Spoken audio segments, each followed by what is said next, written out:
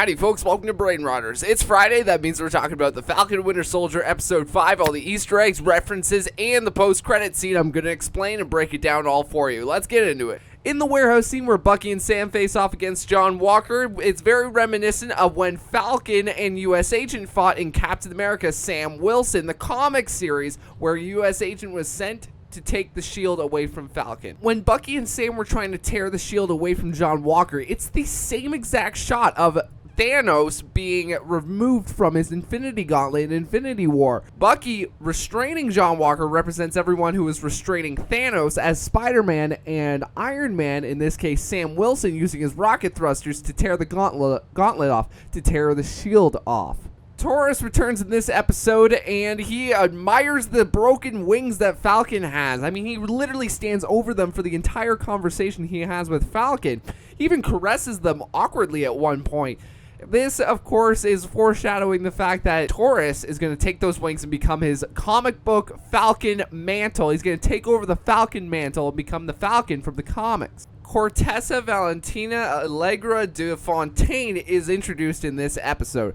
She's a character for the Marvel Comics who's extremely talented and skilled in hand-to-hand combat, beating that of Nick Fury. She had a relationship with Nick Fury in S.H.I.E.L.D. and even caused drama with Sharon Carter when flirting with Captain America. In the comics, she began working for Hydra and even her own terrorist group, the Leviathan. She took on the name of Madam Hydra for a while, stripping it from Viper and beating Viper to a pulp. Viper, of course, owning Madripoor in the show. Zemo doesn't explain why he won't kill Bucky, but here's why. He won't kill Bucky because Bucky doesn't have the supremacist ideals that someone like Walker, who took the serum to be supreme to other human beings after being whooped by the Dora Milaje. Bucky doesn't have these ideals. Bucky never wanted the serum. Bucky has never wanted the serum. Hydra gave it to him against his own will and used him as a weapon. Zemo recognizes all of this, so that's why Zemo won't kill him, because Zemo sees he doesn't share those supremacist ideals. The Dora Milaje takes Zemo from Sokovia and revealed to Bucky that he is going to the Raft.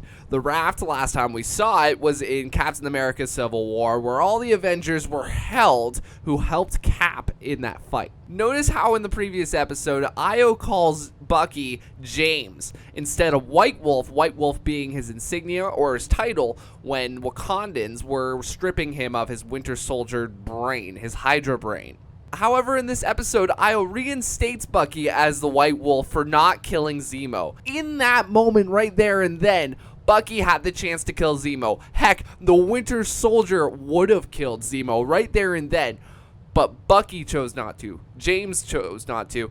The White Wolf chose not to. And this is on Bucky's character arc of healing and getting over that time as the Winter Soldier, to choose not to kill Zemo and bring him to justice instead. Isaiah mentions the 332 Red Tails, which was a crew back in World War II composed of black pilots for the Allies. There was actually a movie based on this called Red Tails. It stars Terrence Howard in it. You remember Terrence Howard as being the original Rhodey in the first Iron Man film. Isaiah tells Falcon that there was a line of soldiers, including him, that were shot up with the serum. When Bradley told Falcon this, all I could picture was this scene from Captain America Civil War where all those super soldiers are lined up getting their own serum. In Sarah Wilson's house, there's a drawing of a jet. This jet is very reminiscent of the X-Men Blackbird jet from the comics and the animated series. Bucky brings Sam a new suit that the Wakandans made, most likely Shuri made this suit. However, it's inferred that this suit is going to look exactly like his Captain America suit in his Captain America Sam Wilson run. Bucky jokes he's right-handed and because of that forgets that his left arm is metallic. Even with being right-handed, he still catches the shield in his metallic left arm.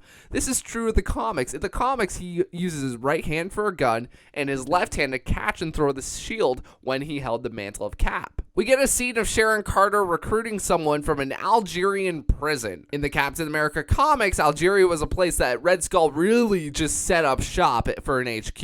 In that storyline, there were two American spies who infiltrated Red Skull's operation and kinda got killed by this guy named the Finisher, an assassin that Red Skull hired to kill them and find them. So Sharon Carter could be speaking with this assassin, the Finisher, or more likely she is talking to a hero who's got wings named Le Peregrine. He helped out a ton when it came to stopping Red Skull in Algeria. So if it's overlapping with this story, she could be recruiting this guy to help out. If if you missed it, there's a post-credit scene of John Walker making his own Captain America shield. So if you're wondering why in the episode 6 trailer he's got this shield with scratch marks on it, it's because it's a fake one. It's just metal, plain old metal. With him making the shield, it truly shows the nature of how far he is willing to go to keep the mantle of Captain America. It's like he's a prince who got kicked out of his own kingdom right as it was his time to be king. Essentially, he is the sole heir to the throne, so kingdom or no kingdom, he'll build his own throne.